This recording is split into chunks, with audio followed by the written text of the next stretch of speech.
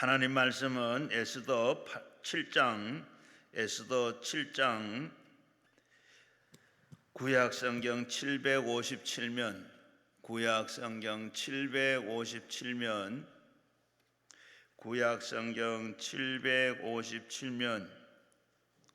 에스더 7장 9절 10절을 한 목소리로 같이 읽겠습니다. 왕이 모신 내시 중에 하르보나가 왕에게 이르되 왕을 위하여 충성된 말로 고발한 모르드게를 달고자 하여 하만이 높이가 50규빗나 되는 나무를 준비하였는데 이제 그 나무가 하만의 집에 섰나이다. 왕이 이르되 나만을 그 나무에 달라 하매 모르드게가 매달려고 한 나무에 하만을 다니 왕이 노가 그치니라. 아멘. 오늘 저녁에는 우리 천호동 성결교회 여성삼 목사님께서 에스더가 하는 오늘은 시리즈로 계속했는데 오늘은 역전승의 비결 오늘 이 제목으로 말씀해 주시겠는데 목사님 나오실 때 우리 오른손 들고 할렐루야로 인사하겠습니다. 할렐루야. 할렐루야. 오늘 저녁에도 귀한 예물 드린 손길 계십니다. 서석교회의 손은혜 집사님 성령 충만케 하옵소서. 명성교회 송주홍 권사님 가족 건강, 그리고 유학가 있는 철인이 사랑하는 앞길을 열어달라고 설린감리교회 조우상 성도님 감사한금 드립니다. 참빛교회의 송영수 목사님, 성도의 회개, 청년의 복마, 하나님께서 그 기도마다 다 응답 주실 줄 믿습니다. 김미화 권사님 가족 영혼 구원, 상가 임대 그리고 매매가 잘 될 수 있도록 기도하겠습니다. 고마우신 아버지 하나님, 이 무더운 여름 막바지에 은혜를 사모하는 당신의 백성들이 이곳에 또다시 한자리에 모였습니다. 여름성의 금요일 저녁마다 에스더서를 크게 4부분으로 나누어서 말씀 묵상하고 함께 은혜를 나누었습니다.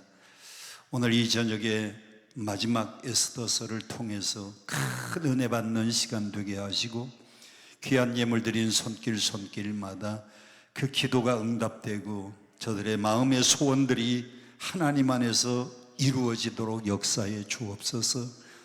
많은 기도 제목 안고 왔습니다.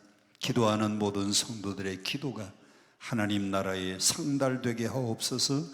예수님 이름으로 간절히 축복 기도합니다. 아멘. 여름방학 특별성회에 제가 에스더서를 크게 1, 2, 3, 4, 5, 6, 7, 8, 9, 10장 10장인데 4수로 나누어서 금요일 저녁마다 에스더서를 함께 나누었습니다. 오늘은 마지막 4번째 마지막 부분을 함께 나누고 은혜를 여러분과 함께 나누고자 합니다. 오늘 말씀의 제목은 역전승의 비결입니다. 운동 경기 가운데에 역전승할 때의 운동 경기가 제일 재밌어요. 축구 경기에 1대0으로 지고 있다가 그것도 후반 한 5분 남겨놓고 한 골 넣어서 1대1로 동점이 되었는데 끝나기 30초 전에 또 한 골을 더 넣어서, 그래서 역전승하면 그 경기가 얼마나 재밌는지 모릅니다. 운동 경기 중에 제일 재밌는 경기는 역전승할 때입니다.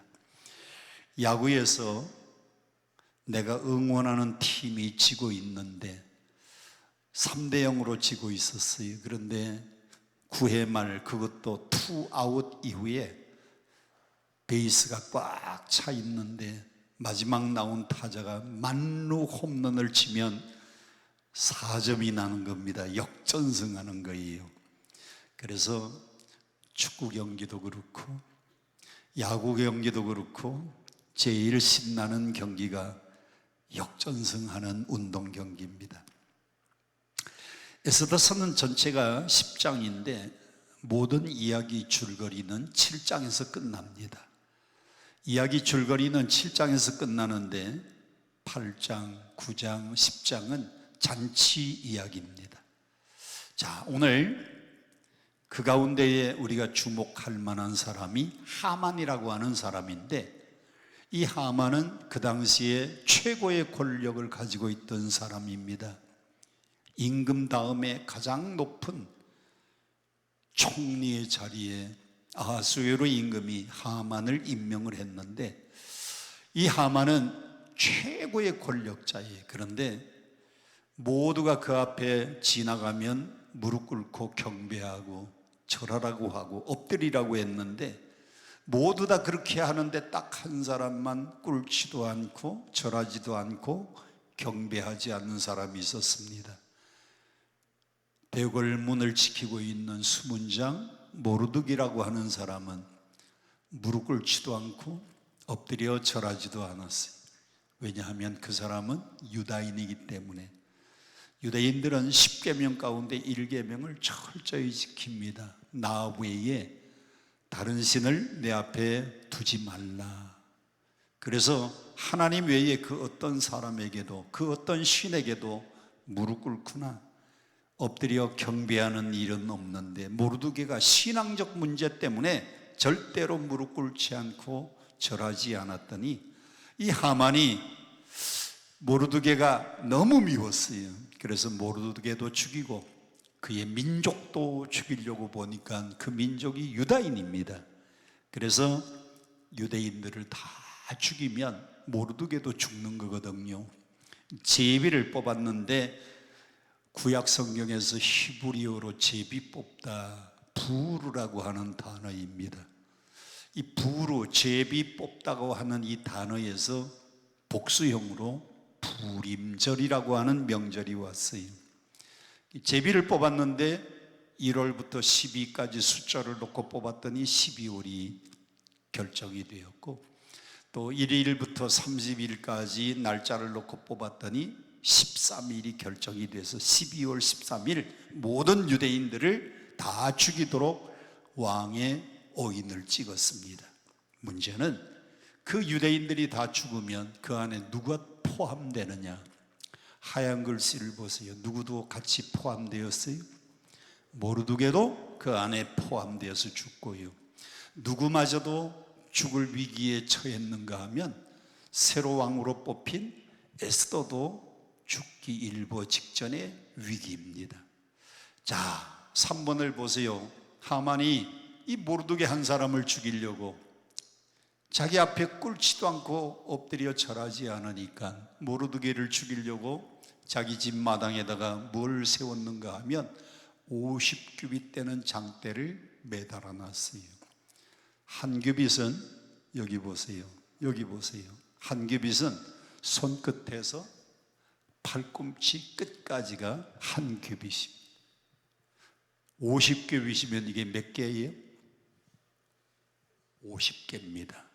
이런 높은 장대에다가 모르드게를 달려고 장대를 자기 집 마당에다가 세웠어요.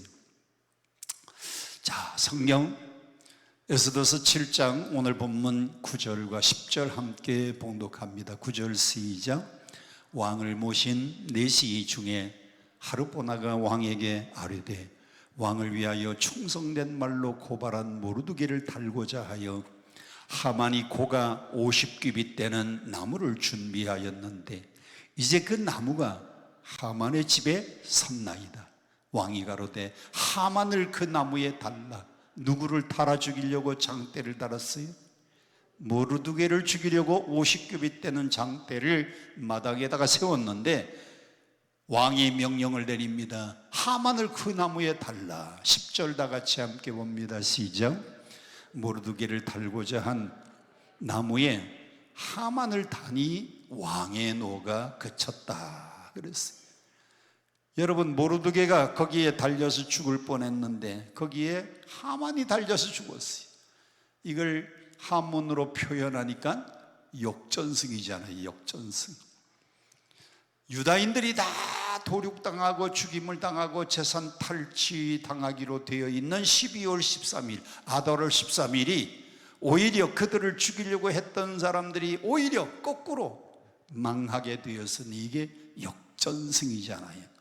자, 오늘 여러분과 함께 역전승의 비결을 몇 가지로 한번 생각해 봅니다. 자, 어떻게 역전승이 가능했는가? 자, 첫째 교훈은 죽음을 각오하고 기도한 결과 역전승이 일어났어요. 에스더서 4장 16절 말씀 함께 보겠습니다.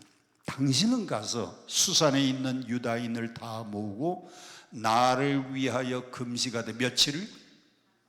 3일을 밤낮으로 뭐 하지도 말고 먹지도 말고 마시지도 마소서. 에스더가 모르드게에게 부탁합니다. 가서 유다인들 다 모아서, 이 수산은 아수에로 임금이 통치하던 페르시아의 수도가 수산궁이었습니다. 거기에 유대인들을 다 모아서 밤낮 3일을 먹지도 말고 마시지도 말고. 자, 우리 강남 기도원이 무슨 기도원이? 금식 기도원인데, 여러분, 금식은요 음식을 안 먹고 물은 먹어야 돼. 그런데 에스더와 그 유다인들은 그날 3일 동안을 뭐도 하지 않고 뭐도 안 마셨어요. 음식도 먹지 않고 물도 마시지 않았습니다. 모든 유대인들이 모르드게와 함께 밤낮으로 3일 동안 금식하고 기도했는데, 나도 시녀들과 더불어 이렇게 금식한 후에, 나도는 누굽니까? 에스더도 시녀들과 함께 그렇게 금식한다는 것은 3일간 먹지도 않고 마시지도 않고 금식한 후에 규례를 어기고 왕 앞에 나가리니 죽으면 죽으리다. 한번 따라 합시다. 죽을 각오로 기도했더니, 죽을 각오로 3일간 금식하고, 아니 이건 금식이 아니고 단식입니다. 3일간 단식하며 죽을 각오하고 기도하고 나갔어요. 왕 앞에 나갈 때는 예쁘게 차려가지고 나가야 사랑도 받고 환영도 받을 텐데, 왕이 부르지 않는데 나가면 누구든지 왕을 독살하려고 하는 계획을 가지고 있는 줄 알고 죽음을 당하는 그런 규례인데, 규례를 어기고 나갔는데 에스더는 본인도 살고 민족도 살릴 수 있었어요. 그 배후에 비장한 죽음을 각오한 기도가 있었기 때문입니다. 자, 에스더의 기도는 3일간 단식 기도고요. 다니엘이 어려움을 당했을 때 하나님 앞에 기도한, 그래서 승리한 비결은 21일, 세일의 기도입니다. 다니엘 기도에는 세일의 기도. 예수님이 어떻게 십자가에 승리할 수 있었느냐? 십자가 지기 전날 밤 겟세마네 언덕에 가서 밤이 맞도록 기도합니다. 여러분, 밤이 맞도록 기도하는 걸 우리는 네 글자로 뭐라 그래요? 철야기도라 그래요. 여러분, 역전승의 첫 번째 비결은 죽음을 각오하고 기도한 결과입니다. 오늘 여러분들도 기도 제목 가지고 이 기도원에 오셨는데, 여러분, 기도원에 온 것은 영화 구경하러 온 거 아니잖아요. 기도원에 오신 것은 날씨가 더워서 여기에 휴양 온 것도 아니잖아요. 여러분, 기도원에 온 것은 여러분 친구 만나기 위해서 온 것도 아니잖아요. 뭐 하러 오셨어요? 기도하러 오셨는데, 여러분의 인생의 역전승도 어디에 달려 있느냐? 죽음을 각오하고 기도하면 하나님이 여러분의 기도 제목마다 다 응답 주실 줄 믿습니다. 역전승의 첫 번째 비결은 죽음을 각오한 단식의 기도에 있었어요. 두 번째로, 역전승의 두 번째 비결입니다. 함께 사는 길을 선택했기 때문에 역전승할 수 있었습니다. 자, 에스더와 모르드게를 보세요. 에스더는 그 당시에 어떤 지위에 있었습니까? 왕후의 지위에 있었어요. 잘하면 모든 유대인들은 다 죽어도 자기는 왕에게 호소를 해서 자기는 살 수 있을 겁니다. 모르드게도 궁궐의 수문장으로 있었어요. 모든 자기 민족이 다 죽어도요, 자기는 가족들을 데리고 도망쳐서 자기만 사는 길이 있을 수도 있는데, 에스더와 모르드게는 자기만 사는 길을 선택하지 않고 민족과 함께 사는 길, 다른 말로 바꾸면 더불어 사는 길을 선택했어요. 아리스토텔레스는 유명한 철학자입니다. 그는 뭐라고 했냐면 인간은 사회적 동물이다 그랬어요. 한번 따라합시다. 인간은 사회적 동물이다. 인간은 사회적 동물이라는 이 말은 혼자 살 수 없다는 겁니다. 여러분, 혼자 어떻게 살아요? 남편은 아내가 있어야 살고, 아내는 남편이 있어야 살고, 부모는 자식이 있어야 살고, 자식은 부모가 있어야 더불어 살잖아요. 우리나라에 농부이면서 시인인 전우익이라고 하는 사람이 쓴 시입니다. 그분의 시를 보니까요, 제목이 혼자만 잘 살면 무슨 재민겨. 혼자만 살면 무슨 재민겨. 여러분, 혼자 살면 무슨 재미가 있느냐 그 말입니다. 함께 웃고 함께 울어야 재미있는 인생이지, 혼자만 잘 살고 혼자만 잘 살면 무슨 재미가 있느냐 그 말입니다. 우리 옆 사람에게 한번 인사해 봅시다. 혼자만 잘 살면 무슨 재미인겨? 시작.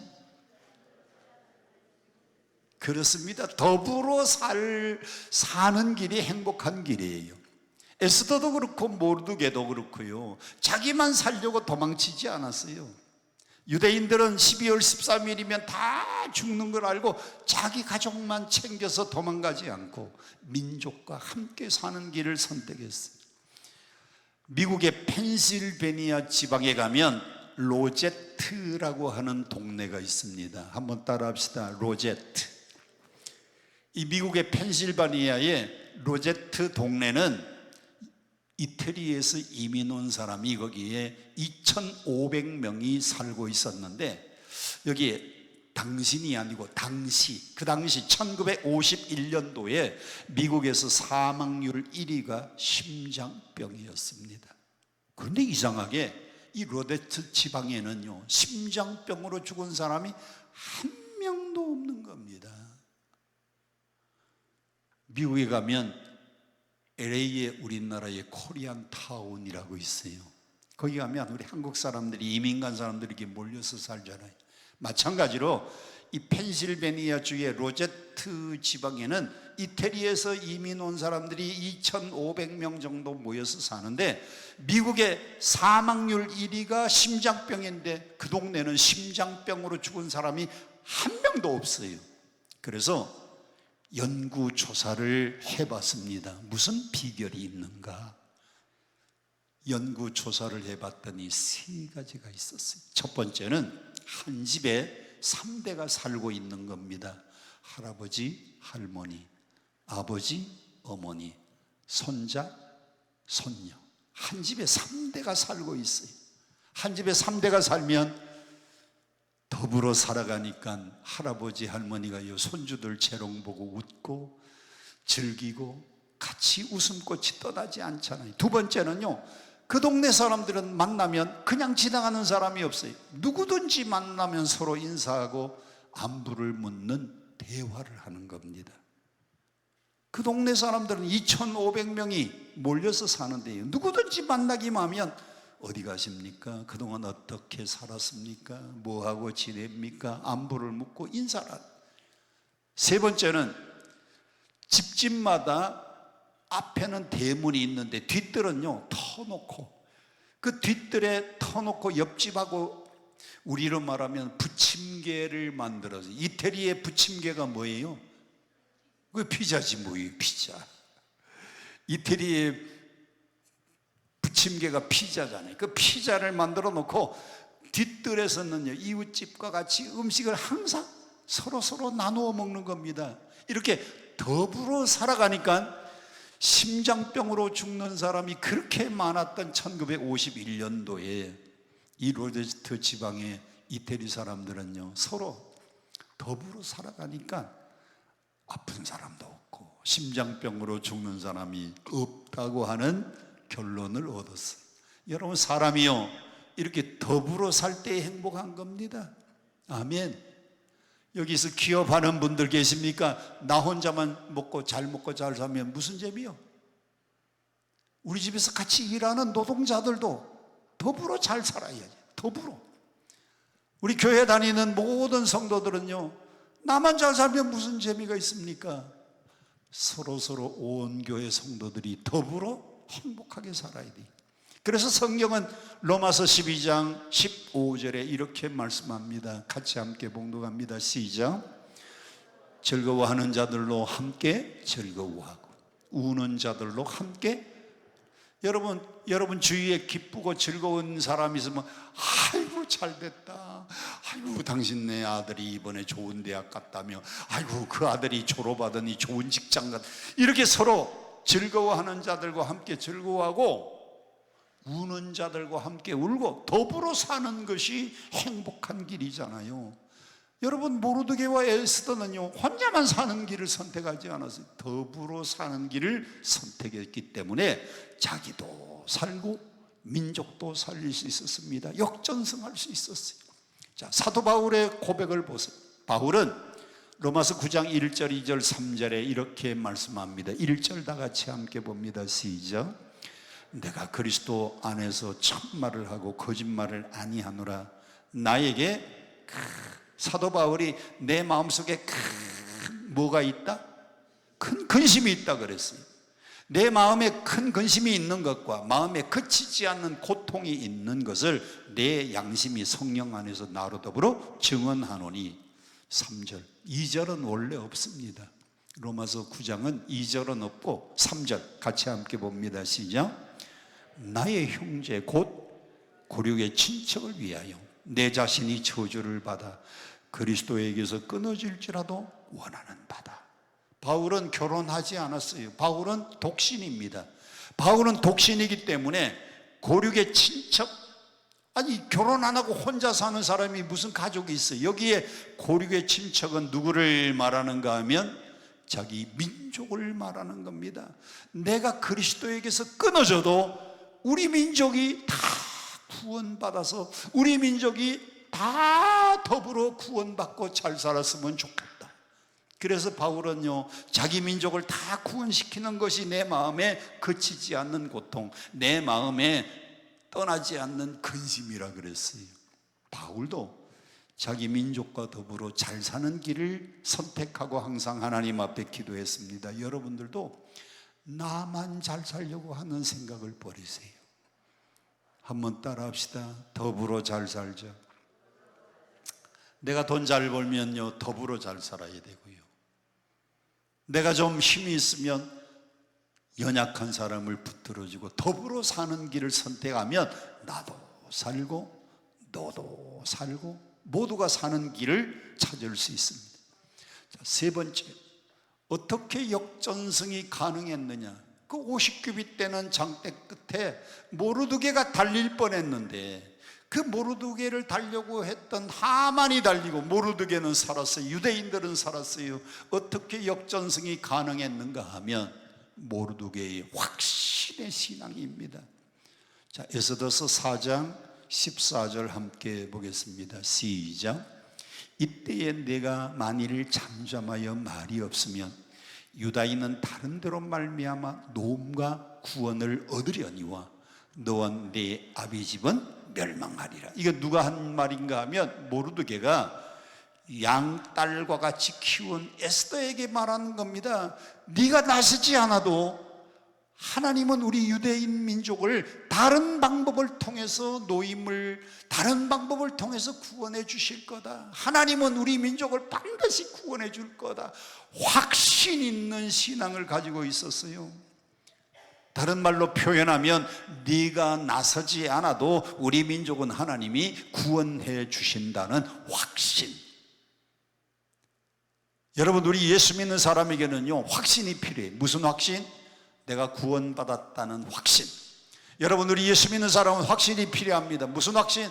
내가 기도하면 하나님이 반드시 응답 주신다고 하는 기도 응답의 확신. 여러분, 이 확신 가지고 오늘 기도하시기를 바랍니다. 말씀 들을 때도요, 하나님이 나에게 반드시 축복할 거다고 하는 확신, 여러분이 기도하는 기도 제목마다 하나님이 반드시 응답할 것이라고 하는 확신. 김영삼 대통령 발음으로 해볼까요? 기도하면 반드시 이루어진다고 하는 확신. 여러분, 특별히 말씀을 전하는 목사인 저도요, 내가 이 설교를 통해서 오늘 이 설교 말씀이 한 영혼을 살린다, 그 누군가 모르지만은 한 영혼을 살릴 것이다 하는 확신 가지고요, 시간마다 제가 말씀 전할 때에 오늘 이 말씀이 한 사람의 심령을 건들 것이다, 그 한 사람의 심령을 하나님이 말씀을 통하여 깨뜨릴 것이다. 저도요, 설교할 때에 확신 가지고 말씀을 전해요. 여러분들도 구원받은 확신, 기도하면 하나님이 반드시 응답 주신다고 하는 응답의 확신을 가지시기를 축원합니다. 시편 27편 함께 보겠습니다. 시편 27편 13절 14절 시작. 내가 산자의 땅에 있으며 여호와의 은혜를 볼 것을 믿었다 그랬어요. 14절, 너는 여호와를 바랄지어다. 강하고 담대하여 여호와를 바랄지어다. 여러분, 시편 이 말씀은 다윗이 쓴 시인데 언제 쓴 시인가 하면 사울 임금과 그의 부하들이 다윗을 찾아 죽이려고 뒤쫓아오고 그래서 사울과 그 군사를 피해가지고 도망갈 때에 다윗이 얼마나 힘들었겠습니까? 그런데 시편 27편 13절 14절을 보니까요, 내가 산자의 땅에 있으며 여호와의 은혜를 볼 것을 나는 믿는다. 하나님이 나를 도와주실 것을 확신한다. 나는 여호와를 바랄지어다. 강하고 담대하여 여호와를 바랄지어다. 하나님을 바라보고 하나님을 의지하면 하나님이 반드시 나를 살려주실 것을 확신하는 신앙 가지고 다윗이 사울과 그 군대들에게 쫓길 때에 쓴 시가 시편 27편. 여러분도 이런 확신 가지시기를 축원합니다. 자, 오늘 기도하면 여러분의 기도 제목 응답됩니다. 응답될 것입니다. 반드시 이루어집니다. 네 번째로, 그러면 어떻게 해서 역전승이 가능했는가? 네 번째, 성공이 목표가 아니라 사명이 목표였어요. 에스더서 4장 14절 같이 함께 봉독합니다. 시작. 내가 왕후의 자리에 얻은 것이 이때를 위함이 아닌 줄 누가 아느냐? 누가 한 말입니까? 모르드게가. 누구에게 한 말입니까? 에스더에게. 네가 왕후의 자리에 얻은 것. 여러분, 제가 에스더서를 첫 설교할 때에 상처를 뭘로 만들라 그랬죠? 그때 오신 분이 한 분도 안 계시는, 상처를 별로 만들자 그랬습니다. 상처를 영어로 표현하면 SCAR, 스카라고 말합니다. 그런데 거기에 글자 하나를 바꾸면 스타, 별은요 STAR입니다.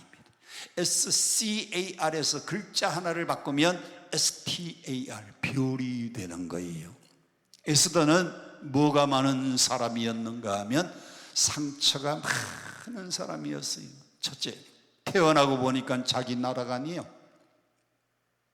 이스라엘 백성들이 바벨론 포로로 끌려가 가지고요, 거기에 바벨론 포로 생활을 하고 있었는데 바벨론 포로 70년입니다. 그런데 이 바벨론이 페르시아에 망해 가지고 페르시아가 바벨론을 정복하고 보니까 그 밑에 속국으로 70년 동안 포로 생활을 한 유대인들이 있었어요. 그래서 고레스가 칙령을 내립니다. 모든 유대인들은 고국으로 돌아가라. 그래서 1차 에스라를 중심으로 1차 포로 귀환, 2차 느헤미야와 함께 2차 포로 귀환.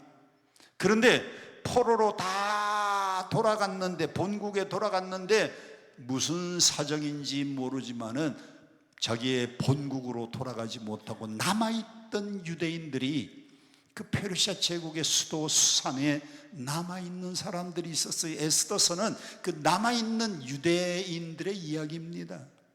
우리나라도 1945년 2차 세계대전 때에 일본에게 우리가 속국으로 36년 동안 압박당할 때 만주벌판에 끌려간 사람들, 8.15 해방이 됐는데 다 돌아왔는데 돌아오지 못하고 지금도 만주벌판에 살고 있는 사람들을 우리는 조선족이라고 불러요. 그리고 저 시베리아 땅에 일본 군인들한테 끌려가지고 시베리아 벌판에 가서 살던 사람들 8.15 해방을 맞이해서 고국에 돌아왔는데 아직도 돌아오지 못하고 우리나라 민족인데 그 시베리아 벌판에 남아 살고 있는 사람들을 우리는 고려인이라고 불러요. 일본으로 끌려간 사람들 뭐 사도갱 같은데 그런데 참 우리나라 사람들이 끌려갔잖아요. 그래서 8.15 해방을 맞이했는데 일본에서 돌아온 사람도 있지만은 돌아오지 못하고 일본에서 살고 있는 사람들이 있잖아요. 차별 대우받고 한국 사람들이 거기서 대접도 못 받고 얼마나 힘든 삶을 살고 있습니까? 그런데 태어나고 보니까 에스더는 자기네 나라가 아니야. 남의 나라에서 태어났어요. 두 번째 태어나고 보니까 아버지 어머니가 다 죽었어요. 세 번째 누가 자기를 길러주었어요? 사촌 오라버니 모르드게가 부모님 대신해서 자기를 양육해 주었어요. 여러분들은요 에스더보다 나은 사람들이요. 여러분 이 땅에서 태어났잖아요. 자기의 조국에서. 여러분은 그래도 부모님이 다 계셔가지고 지금까지 성장했잖아요. 아버지나 어머니 한 분만 돌아가셔도 참 불쌍한 사람인데 에스더는 그냥 태어나고 보니까 혼자였어. 그런데 하나님 은혜로요 그가 얼굴이 예뻐서 얼짱, 몸매가 맛있어서 몸짱, 거기에다가 또 성품도 좋아가지고 인품도 좋아서 인짱, 얼짱, 몸짱, 인짱이었기 때문에 왕후가 폐위가 되고 새로운 왕후를 뽑는데 하나님의 은혜로 뭐가 됐어요? 왕후가 됐어요. 전 세계를 호령하는 페르시아 제국에 성경에는 바사라고 돼 있고 페르시아를 바벨론, 페르시아는 바사. 근데 그 나라의 왕후가 되었는데 에스더서 4장 14절 다시 한번 봅니다. 네가 왕후의 자리에 오른 것은 성공이 목적이 아니다. 성공을 했으면 바로 이때를 위해서 네가 사명이 있지 않느냐. 여러분 성공이 목표가 아닙니다. 사명이 우리의 목표가 돼야 돼요. 우리 예수 믿는 사람은 성공이 목적이 되면 안 돼. 여러분 성공이 목표가 아니고 사명이 목표 되시기를 축원합니다. 미국에서 가장 영향력 있는 여성 두 사람을 손꼽으라고 하면 최근에는 힐러리 여사하고요 또 한 사람은 오프라 윈프리라고 하는 사람인데 힐러리는 잘 아시죠 여러분? 대통령 부인이고 이 오프라 윈프리라는 사람은 미국의 낮 시간에 TV 토크쇼를 30년간 진행한 토크쇼 진행자입니다. 잘 보세요.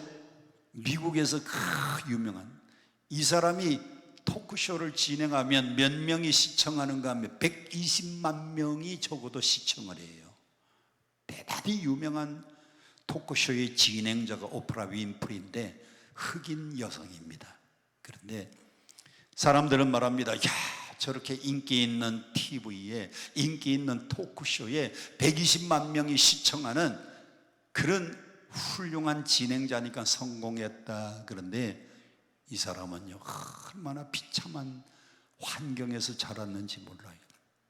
첫 번째 태어나서 보니까 아버지 얼굴도 못 봤어요. 사생자로 태어났습니다. 엄마하고 어떤 남자하고 썸씽이 있었는데 여러분 썸씽이 뭔지 아시죠? 썸씽이 뭔가 하면 썸씽이 엄마하고 아빠하고 썸씽이 있었는데 남자가 누군지 모르는데 임신을 했어요. 그래서 사생자로 태어났습니다. 그리고 이 오프라 윈프리는 9살 때 사촌 오빠에게 성폭행을 당했어요. 얼굴은 흑인 피부를 가지고 있는데 9살 때 성폭행 당했으니까요, 청소년 시절에 그냥 좌절에 빠져가지고 마약에 빠졌었습니다. 그런데 이 오프라 윈프리가요, 사생자로 태어났고 9살 때 사촌 오빠에게 성폭행 당했고 어린 시절에 청소년 시절에 마약에 빠졌는데 그가 상처를 딛고 일어나서 성공한 겁니다. 상처, 스카가, 그걸 딛고 일어나면 스타가 되는 거예요. 스타. 상처를 딛고 일어나서 성공한 다음에 오프라 윈프리가 쓴 책이 이것이 사명이다. 첫 제목입니다. 4가지. 이것이 사명이다. 책에 보니까 4가지가 사명이. 첫째, 남들보다 더 많이 가진 것이 있느냐? 그것이 사명이다.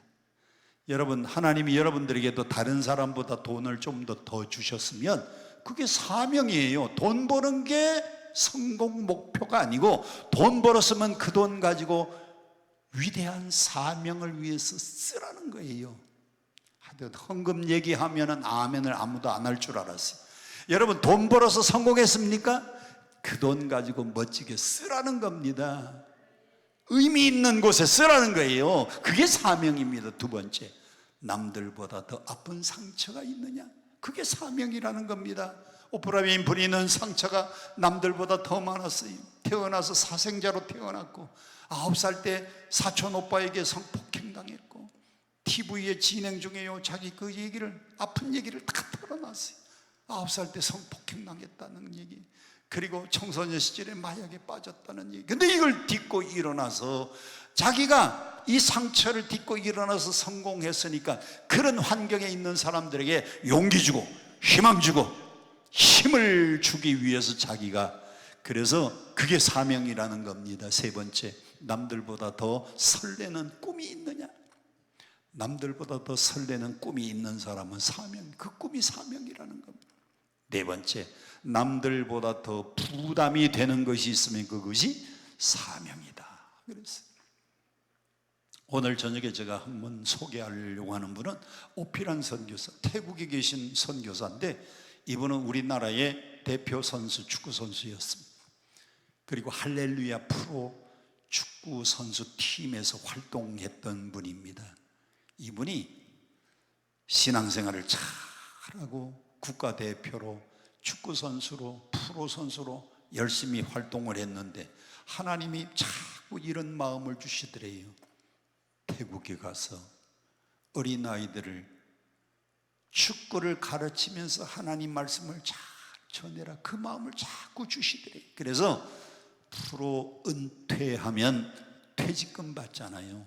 그 퇴직금을 가지고 태국에 들어갔습니다.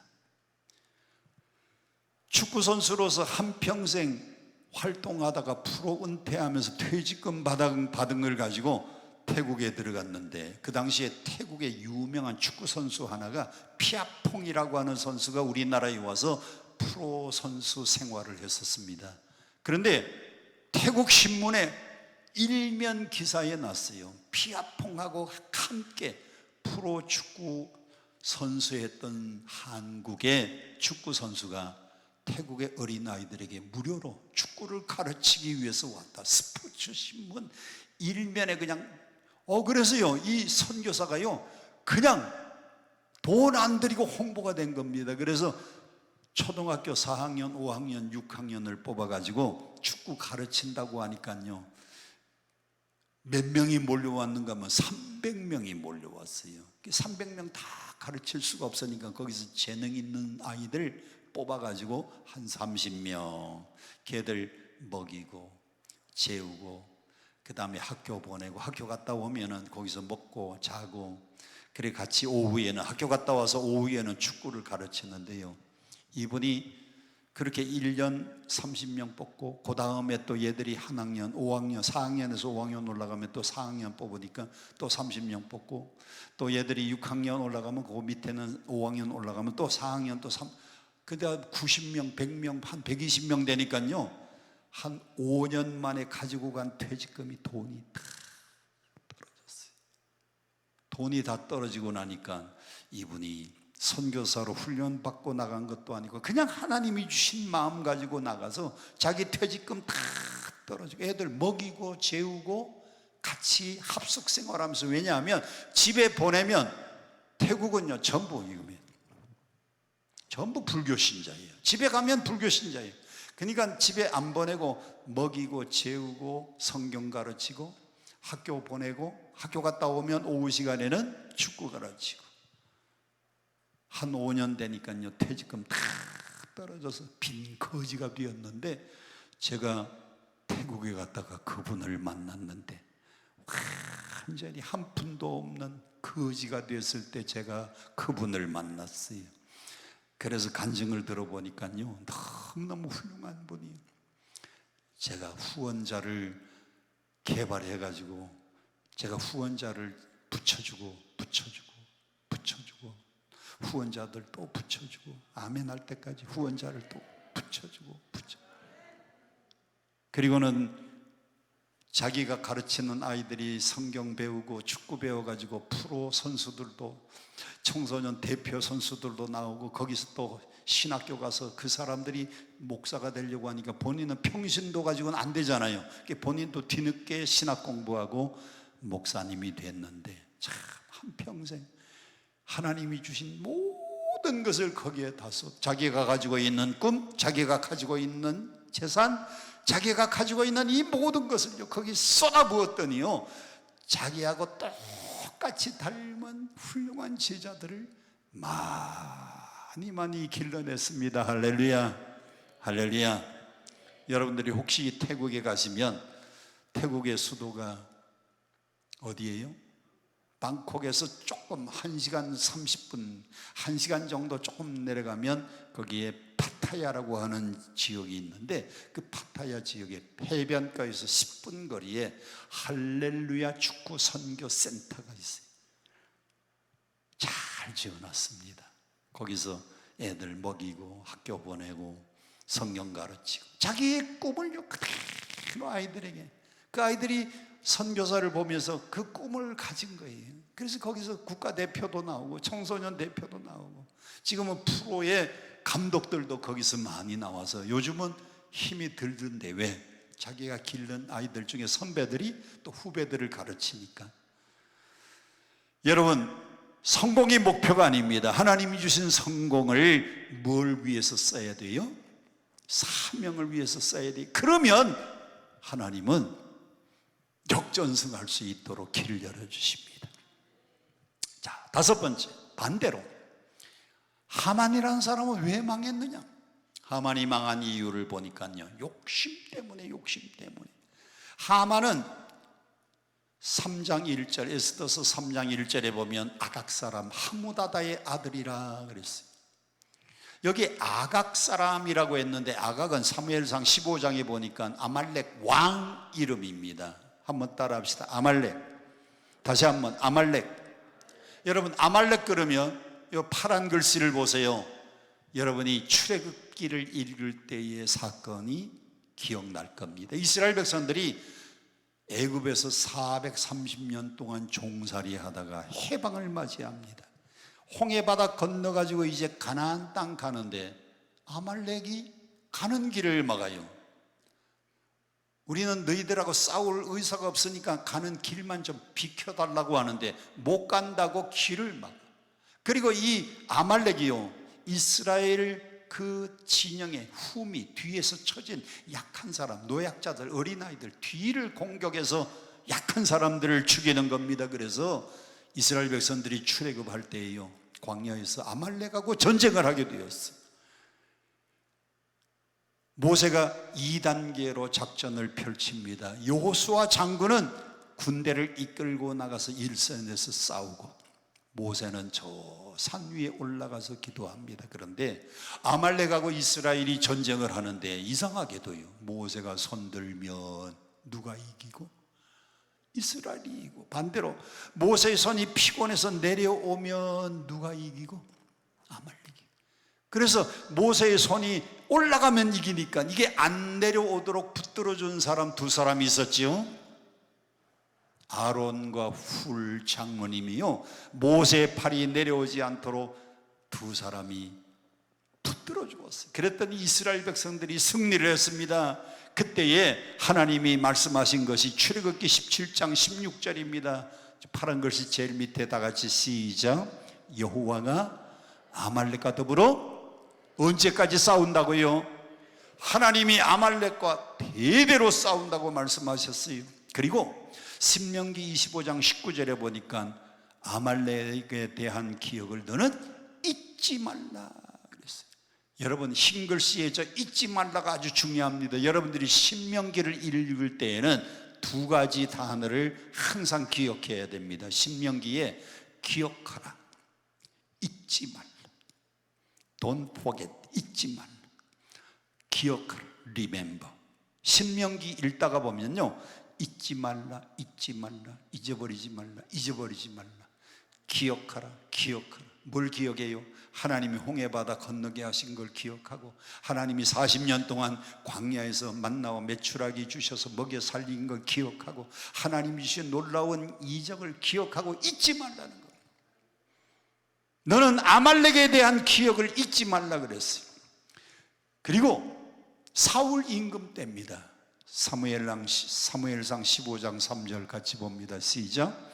아말렉을 쳐서 그들의 소유, 모든 소유를 가나안 땅 들어가서 아말렉을 다 진멸하라 그랬는데, 그런데 사울 임금과 그를 따르던 군사들이요, 9절 말씀을 보니까 양과 소 중에서도 어떤 걸 남겨놓았어요?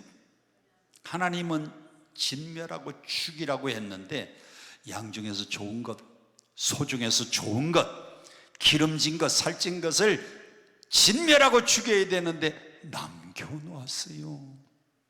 사울 임금의 마음에 욕심입니다. 욕심. 여러분, 아각 사람 하무다다의 아들 하만이 역전패해가지고 망한 것도 욕심 때문입니다. 왜?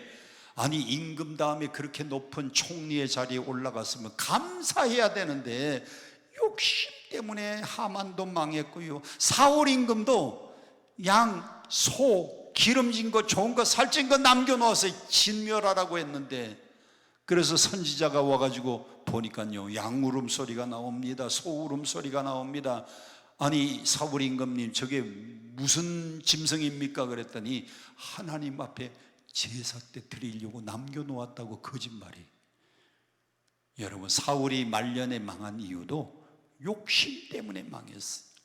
우리는 뭘 버려야 되느냐? 작은 욕심이 우리를 파멸로 인도하는 겁니다. 여러분, 일생 동안 여러분 마음속에 작은 욕심이라도 욕심을 버리시기를 축복합니다. 미국의 우주왕복선 챌린지호가 있었습니다. 사람이 탔습니다. 그전에는 사람 타지 않은 무인 우주선이 갔어요. 그런데 사람을 타고 왕복하겠다고 챌린지호를 발사했는데 발사 13초 만에 폭파. 생중계하는데요, TV 생중계하는데 발사, 나사 거기 우주 나사에서요 쏘아 올렸는데 13초 만에 그냥 폭발한 겁니다. 전 세계, 그리고 미국 사람들이 그 TV 중계를 보다가 와 하고 놀랐어요. 나중에 떨어진 잔해를 분석해 보니까 왜 폭발했느냐, 조그마한 나사못에 거기에 단단하게 세지 말라고 패킹, 나사못에 패킹이 있는데 그 나사못에 패킹 조그만 거 하나를 누가 안 끼운 겁니다. 그래서 이게 폭발.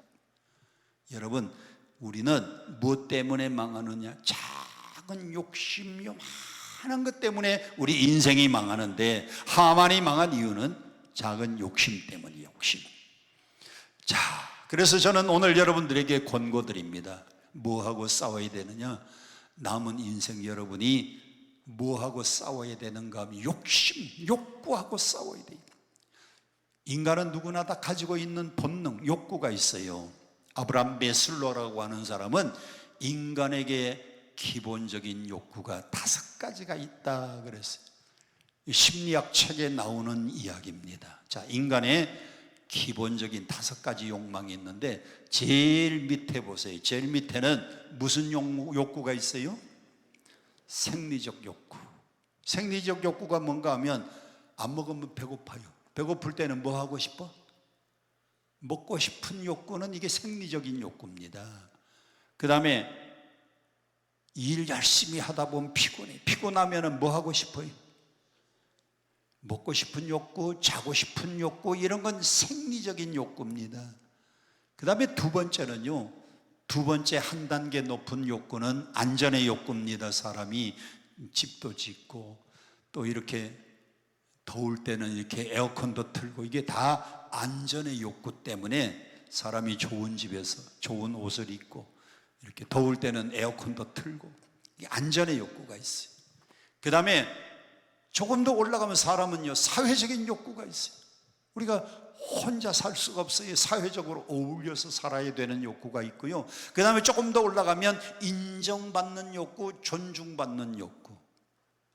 똑같은 목사님인데도요, 교회에서 우리 목사님은 인품도 좋고 설교도 잘하시고 참 사랑도 많고 이렇게 존중받고 인정받고 싶은 욕구가 누구나 다 있는 겁니다. 그리고 제일 마지막에 꼭대기가, 인간의 마지막 제일 꼭대기의 욕구는 자아 실현의 욕구입니다.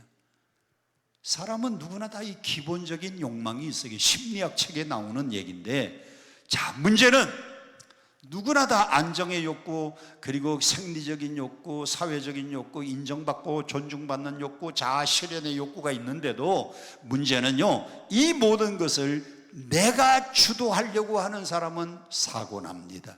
아수에로 임금, 하만, 이 모든 걸 자기가 주도하려고 했던 사람입니다. 아수에로 임금도요, 아버지로부터 권력을 이양받아가지고 그때는 120도였는데 자기가 통치하면서 7도가 더 늘어났어요. 다른 나라를 더 정복해서 127도가 되니까, 야, 나라의 부함과 혁혁함을 자랑하자 그래서 6개월 동안 잔치를 베풀었잖아요. 그리스하고 전투에서 이걸 이기고 자기가 주도를 해야 되는데 일부분 전쟁에서 패했습니다. 그리고 다시 전쟁하기 위해서 잔치를 베풀고 군사들에게 사기를 복두드느라고 에스더서 앞에 나오는 잔치는요, 그래서 잔치를 베푼 겁니다. 이건 모두가 자기가 주도하려고 하는 그런 욕망이 있어서. 사람이 언제 실패하느냐, 이 모든 욕구를요, 자기가 주도하려고 하면 그 사람 망합니다. 내 마음대로 안 되면 뭘 터뜨리느냐? 분노를 터뜨리. 그래서 하얀 글씨 보세요. 분노하고 욕구는 뭐다? 쌍둥이다. 한번 따라 합시다. 욕구하고 분노는 쌍둥이다. 욕구하고 분노는 쌍둥이입니다. 내가 욕구가 있어요. 생리적인 욕구, 안전의 욕구, 인정받고 싶은 욕구. 근데 이게 다 안 되면 분노가 폭발해. 그래서 여러분들은요, 욕구를 잘 다스려야 돼요.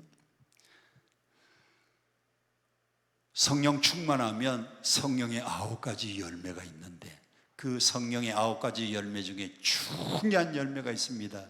사랑과 희락과 화평과 인내와 자비와 절제라는 열매가 있어요. 절제.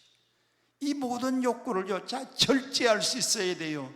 하나님이 여러분들에게도 기본적인 욕구를 주셨어요. 예수 잘 믿는다고요, 이런 생리적인 욕구, 그리고 인정받는 욕구, 존중받는 욕구, 그게 없어지는 게 아닙니다. 예수 잘 믿어도 그게 다 있는데, 문제는 욕구를 충족하지 못하면 분노가 터질 때 그 욕구를 잘 다스릴 줄 알아야 됩니다. 성령이 주시는 능력으로, 성령이 주시는 힘으로 여러분 안에 욕구가 분출될 때에 욕구를 잘 다스리고 욕구와 싸워서 승리하는 여러분 되시기를 축복합니다. 자, 에스더서의 결론입니다. 7장까지 모든 스토리가 다 전개가 되고요, 8장, 9장, 10장은 잔치라고 했습니다. 결론은 인생을 살 때에 어떻게 살아야 되느냐? 멀리 보고 살아야 돼요. 폴 트루니에라고 하는 스위스의 의사이고 심리학자이고 그리고 철학자인 폴 트루니에라고 하는 사람이 있는데, 이분은 인간의 욕구를 이렇게 정리했습니다. 사람이 유아기 때는 무슨 욕구가 강하느냐? 소유 욕구가 강하다 그랬어요. 여러분, 아이들이요, 장난감 하나 이렇게 사줘 보세요. 4살짜리, 3살짜리, 이건 내꺼, 이건 내꺼. 그래서 다른 자기 또래 아이들이 와가지고 자기 장난감 이렇게 만지려고 갖고 놀라 그러면 내 거야, 만지지 마, 내 거야, 내 거야. 유아기는 소유의 욕구가 강하다는 것. 그렇죠? 여러분, 아이들 키워봤죠? 두 번째, 청소년기는 뭐 하고 싶은 욕구가 강해요? 경험해 보고 싶은 욕구가 강합니다.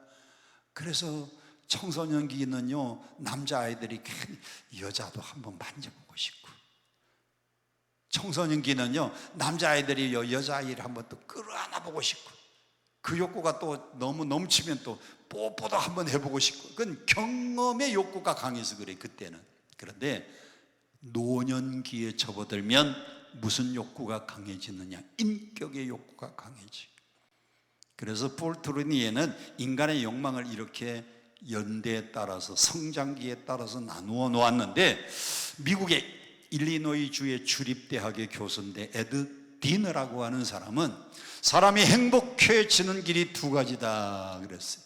사람이 행복해지는 길은 2가지인데, 첫 번째 방법은 더 많은 소유를 늘려갈 때 사람은 행복하다. 잘 보세요. 지금 100만 원을 쌓아 놓았어요. 더 많은 소유, 1000만 원 더 쌓아 놓으면 더 행복해져요. 또 1000만 원보다도 1억을 또 더 많이 저축해 놓으면 행복이, 소유를 더 많이 늘리면 행복해지는 방법이 있고, 또 하나는 내 마음의 욕심을 줄이는 방법이 있다 그랬는데, 여러분 보세요. 이 둘 다 행복의 길입니다. 내 소유를 더 많게 하는 방법도 행복의 길이고, 욕구를 줄이는 방법도 행복의 길인데, 여러분, 이 2가지 방법 중에 어느 게 쉬워요? 대답 못할 줄 알았어요. 어느 게 더 쉬워요? 여러분, 돈을 자꾸 벌고 더 벌고 더 벌고, 지금보다 더 벌고 더 벌고 더 벌고, 그래서 여러분 행복해지는 길이 쉽습니까? 아니면 내 욕심을 줄이고 내 욕심을 줄여서 행복해지는 게 쉽어? 어느 길이 더 쉬워요? 네, 욕구를 줄이는 방법이 훨씬 더 쉬워요. 그래서 사람은 멀리 보면요, 결국 보세요. 모르드게 그리고 에스더, 이스라엘 백성들은요, 자, 흰 글씨 잠깐만 봅시다.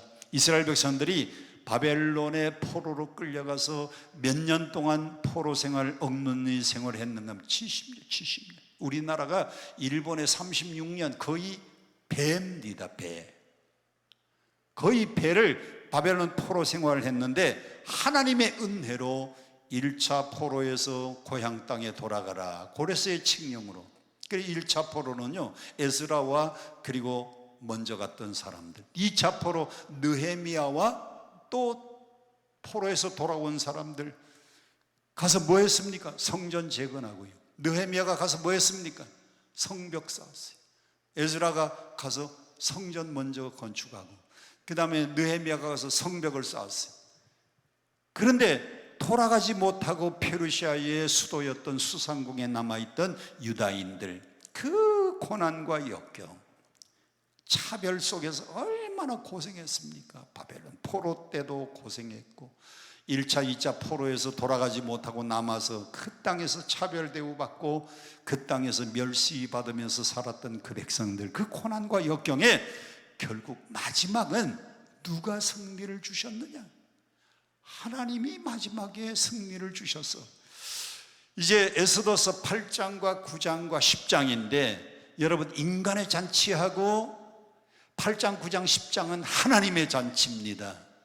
에스더서 1장의 잔치는 인간의 잔치. 자, 고개 들고 저를 보세요. 에스더서 1장에 3번의 잔치 나옵니다. 첫 번째, 누가 베푼 잔치? 아하수에로 왕이. 얼마 동안 베푼 잔치? 180일, 6개월 동안 베푼 잔치. 누구를 위하여? 지방 장관과 귀족들을 위해서. 목적이 뭡니까? 나라의 부함과 혁혁함을 자랑하기 위해서. 두 번째 잔치입니다. 6개월 잔치가 끝난 다음에 7일 동안 누구를 위해서? 백성들을 위해서, 평민들을 위해. 누가? 아하수에로 왕이 일주일 또 잔치를 베풀어. 세 번째 잔치입니다. 임금이 6개월 잔치하고 일주일을 잔치하니까 와스디 왕후도요, 궁궐 뒷뜰에서 궁궐 안에 사는 여인들을 위한 잔치를 베풀었어요. 이 1장의 3번의 잔치는 인간의 잔치. 한번 따라합시다. 인간의 잔치. 인간의 잔치는 망했어요. 왜 망했느냐? 첫째, 사치와 허영 때문에. 두 번째, 자기 과시 때문에. 나라의 부함과 혁혁함을 자랑하기 위해서 자기 과시. 그 다음에 거기에다가요, 얼마나 사치스러운, 6개월 동안 먹고 마셨으니까 얼마나 사치하고 낭비했습니까? 그리고 세 번째, 추흥이 일어났어요. 아하수에로 임금이 술 마시고요, 기분이 좋으니까 추흥이 일어나서 왕후 나오라 그래. 왕관 쓰고 옷 입고 그 아름다움을 많은 백성들에게 보이라 그랬는데 안 나왔어요. 그래서 분노 때문에 인간의 잔치는 망했어요. 그런데 거꾸로 7장에서 스토리 끝난 다음에 8장, 9장, 10장은 부림절의 잔치인데 이것은 하나님의 잔치입니다. 하나님의 잔치는 첫째, 이스라엘 백성들이 죽을 뻔했는데 살았어요. 구원의 기쁨의 잔치입니다. 여러분들도 예수 믿기 전에는 다 죄 아래서 살았기 때문에 우리가 멸망받아야 되는데, 여러분 예수 믿고 구원받아서 구원의 기쁨이 여러분에도 있는 것을 감사하시기를 바랍니다. 이스라엘 백성들이 니산월 아달을 12월 13일 다 죽을 뻔했는데 에스더 때문에, 모르드기 때문에 살 길이 열렸습니다. 그래서 하나님의 잔치는 구원받은 기쁨의 잔치입니다. 두 번째, 인간의 잔치는 사치와 허영과 자기 과시였는데, 하나님의 잔치 8장, 9장, 10장에 나오는 잔치는 구원받은 이 기쁨을 나도 기뻐하지만은 이웃들과 함께 나누는 기쁨이었습니다. 가난한 사람들에게는요, 도와주고 선물을 사서 서로 주고받고 기쁨을 나누는 잔치. 하나님의 잔치는요, 구원받은 감사의 잔치, 그 기쁨을 나누는 잔치였어요. 그래서 우리가 하나님 주신 물질을 쌓아놓고만 사는 것보다 나누고 살 때 훨씬 더 행복한 겁니다. 10장까지 여러분 뒤에 나오는 부림절의 잔치를 여러분 잘 기억하세요. 세 번째, 하나님의 잔치의 가장 중요한 것은 하나님이 그들을 구원해 주신 것을 잊지 말라고, 기억하라고. 그래서 요한복음 5장에 보면, 요한복음 5장 베데스다 연못가에 40년 된 안진뱅이가 벌떡 일어나는 기적이 있었습니다. 근데 그때에 거기 명절이라고 나오는데 학자들이 두 가지로 봅니다. 그 명절은 유월절일 것이다 하는 학자도 있고요, 그 명절이 부림절이었을 것이다 하는 학자들도 있어요. 요한복음 5장에 베데스다 연못가에 명절 끝날에 안진뱅이가 일어난 놀라운 기적이 일어났는데, 요한복음 5장 1절, 2절, 3절, 그 명절은 어쩌면 부림절이었을 것이다. 언제까지? 예수님이 이 땅에 계실 때까지 그 부림절 명절은요, 잊지 않고 유대인들이 계속해서 지켜왔습니다. 구원받은 기쁨을 서로 나누면서 음식 서로 나누어 먹고, 선물, 크리스마스 때 선물 주고받는 것처럼 선물을 서로 나누고, 가난한 이웃들을 돕고 도와주면서 부림절을 지켰어요. 자, 오늘 여러분들도요, 힘들고 어렵지만 결국 많은 인생을 보면 하나님이 결국 여러분들에게 승리 주시는 걸 믿고, 오늘도 힘들고 어려워서 기도 제목 가지고 오신 분들, 먼 훗날 보면요, 하나님이 반드시 여러분들에게 승리를 주십니다. 지금은 어려워도, 지금은 힘들어도, 지금은 고생 같은데 하나님 의지하고 그분 붙잡고 믿음으로 나가면 마지막 승리는 하나님이 주시는 줄 믿습니다. 최후의 승리는 이스라엘 백성들이었어요. 12월 13일 날 유대인들은 다 죽음을 당할 뻔했는데 그들은 오히려 마지막에 최후 승리했습니다. 오늘 여러분들도 여러분의 인생 힘들고 어렵지만 마지막에 하나님이 승리를 주실 걸 믿고 역전승의 비결 가지고 남은 인생 살아가시기를 주님 이름으로 축복드립니다. 축복드립니다. 우리 찬송 함께 부르겠습니다. 365장 마음속에 근심 있는 사람.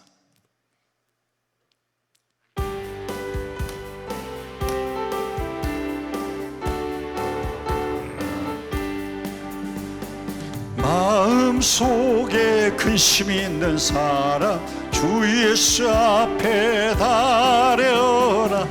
슬픈 마음 있을 때라 주 예수께 아뢰라. 주 예수 앞에 달려라.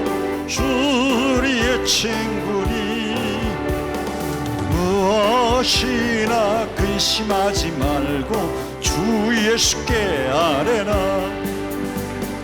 눈물 나며 깊은 한숨 쉴 때 주 예수 앞에 아뢰어라.